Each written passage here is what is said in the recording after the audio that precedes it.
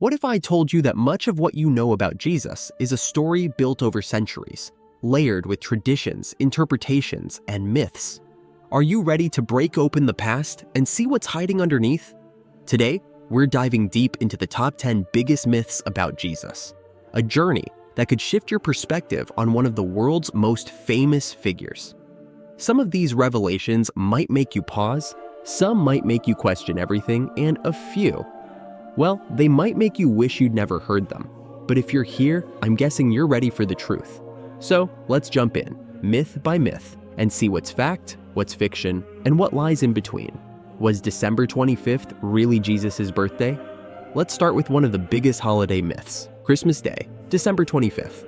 The image of Jesus in a manger, under a sparkling star on a crisp winter's night, it's practically iconic. But here's a surprising fact. There's no historical or biblical record that points to December 25th as Jesus' actual birthday.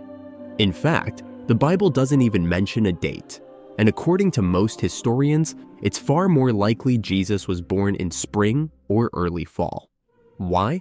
Because the Bible describes shepherds tending their flocks at night, a detail that makes sense for spring, not the cold of December. So where did December 25th come from? Turns out, early Christians were clever in their timing.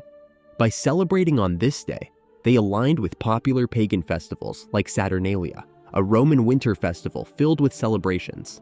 It made spreading Christianity easier in a society that already had its own winter rituals. Crazy how an entire global tradition can spring from a date chosen for convenience, right? The virgin birth. A mistranslation or miracle. Next up, let's talk about the idea of a virgin birth. For millions of believers, this is a cornerstone of faith, an event that marks Jesus as both human and divine. But here's the twist. The prophecy in the book of Isaiah, which many believe predicted Jesus' birth, originally used the Hebrew word alma, which translates to young woman, not necessarily a virgin. This subtle difference is big. When the Greek translators chose the word parthenos, which means virgin, it was a powerful theological choice that changed the interpretation of Mary's role. Story, showing how language shapes our understanding of history and how something as simple as translation can influence centuries of belief.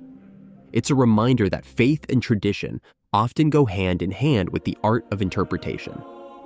The real face of Jesus, a world away from Western art. Think of every painting or image of Jesus you've ever seen. Fair skin, blue eyes, long brown or blonde hair. But imagine for a second what a man from first century Judea would have really looked like. Based on historical and cultural context, Jesus would likely have had darker skin, coarse dark hair, and a weathered face, shaped by the intense Middle Eastern sun. Yet, over centuries, artists reimagined Jesus with distinctly European features, influenced by the ideals of Western art.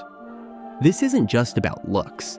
It reveals how our understanding of history can be shaped by cultural ideals and how figures, as significant as Jesus, can be remade in the image of the society that reveres them. It's fascinating and a little jarring to realize that the familiar image we have of Jesus is actually a reflection of Western standards, not historical reality. The mystery of the missing years, a spiritual journey. Now here's a fascinating question. What did Jesus do between his childhood and the beginning of his ministry at around age 30? The Bible gives us almost nothing about those years, leaving a wide gap that historians and religious scholars have puzzled over for centuries. And where there's a gap, you know people are going to fill it in with all kinds of theories. One theory suggests that Jesus may have traveled to places like India or Tibet, studying with other spiritual teachers and absorbing wisdom from different traditions. Imagine Jesus learning meditation or discussing philosophy with Eastern sages. While there's no evidence to confirm this, it shows our hunger to understand the lost years of such a powerful figure. After all, could the message of love, forgiveness, and enlightenment really be so universal without a broader influence? Whether or not this is true, it adds another layer of mystery to Jesus' story, the question of marriage. Was Jesus married? Now, this one's controversial, to say the least. Was Jesus married? In traditional Christian teachings, Jesus is typically portrayed as a single man, fully dedicated to his mission. But the Gnostic Gospels, a set of early Christian texts that didn't make it into the Bible, hint at a close, even intimate relationship between Jesus and Mary Magdalene. Did this mean they were married? We may never know for sure, but it certainly raises questions about Jesus' personal life and the human connections he had. While it doesn't change his teachings, it offers a more personal view of Jesus, one that suggests a deeper human experience.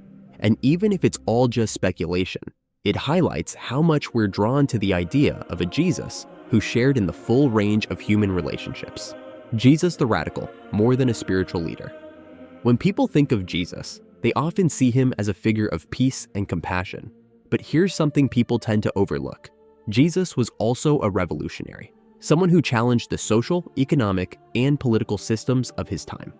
Living under Roman rule, he spoke out against the wealthy, uplifted the poor, and associated with outcasts and sinners, actions that shocked the establishment. His message wasn't just about personal salvation, it was about a new kind of justice, a social revolution that went against the grain of both Roman authority and religious hierarchies. Seeing Jesus as a social reformer brings a whole new dimension to his teachings. Suddenly, the story of Jesus isn't just a tale of miracles and parables, it's a call for radical change. The resurrection, literal event, or spiritual transformation. For Christians, the resurrection of Jesus is a pivotal belief, seen as proof of his divine nature and victory over death. But not everyone sees it in the same way. Some view the resurrection as a literal event, a miracle that defines the Christian faith.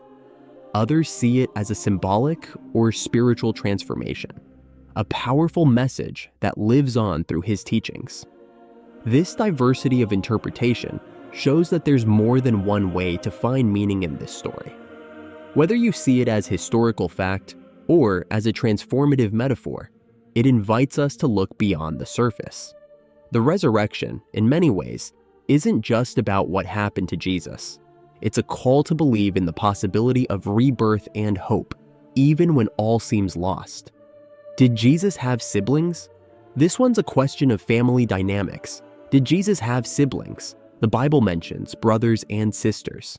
But some Christian traditions teach that Mary remained a perpetual virgin, suggesting that these siblings were cousins or close relatives. But the original Greek text is pretty clear. The word for brother is used, which is typically quite literal. If Jesus did have brothers and sisters, it adds another layer to his story, making him a part of a larger family dynamic. Just imagine Jesus' siblings watching him grow into the figure we know today.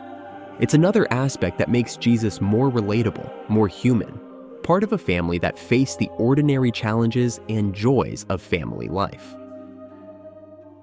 The Lost Gospels, stories outside the Bible.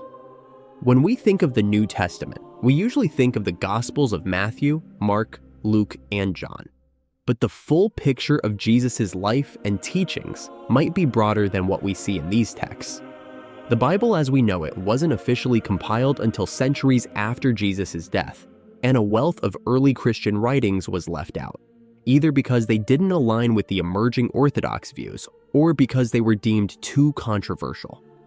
Among these excluded texts are what some call the Lost Gospels, such as the Gospel of Thomas, the Gospel of Mary, and the Gospel of Philip. These Gospels present alternative views on Jesus' life and teachings, often with a focus on personal spiritual knowledge and inner transformation, rather than strict doctrines or institutional structures.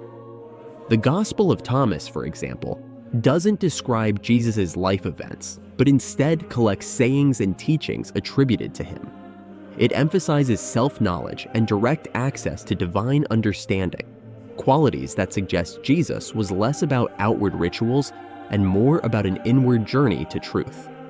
Similarly, the Gospel of Mary offers a glimpse into Jesus' teachings on the soul's journey and positions Mary Magdalene as a close confidant, highlighting her as a central, respected figure among Jesus' followers.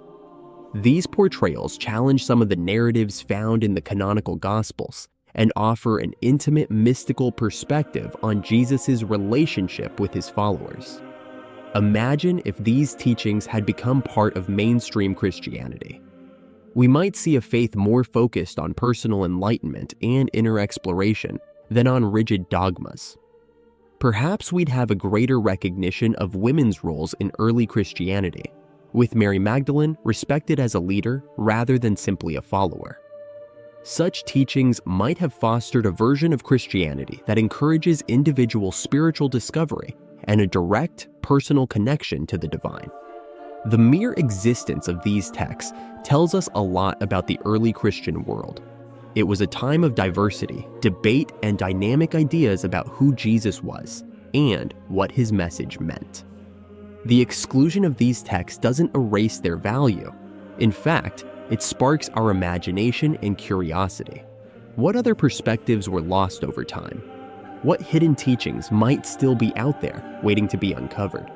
Exploring these lost gospels offers a reminder that history is layered and complex, and that the story of Jesus might still hold secrets that challenge, inspire, and expand our understanding. And there you have it, some of the most surprising and thought-provoking myths about Jesus. From the mysteries of his lost years to the hidden gospels, we've only just begun to uncover the layers of a story that's shaped history for over 2,000 years. But what if there are even deeper truths waiting to be revealed? What if the myths we've held for so long are just the start of a more complex journey? This is only part one of our exploration, and there's so much more to uncover. So stay tuned for part two. You won't want to miss it. Remember, the more we question, the more we find, and sometimes the truth is even more extraordinary than the myths we've believed. If you enjoyed this dive into history, give us a like, drop your thoughts in the comments, and hit subscribe for more. Thanks for watching.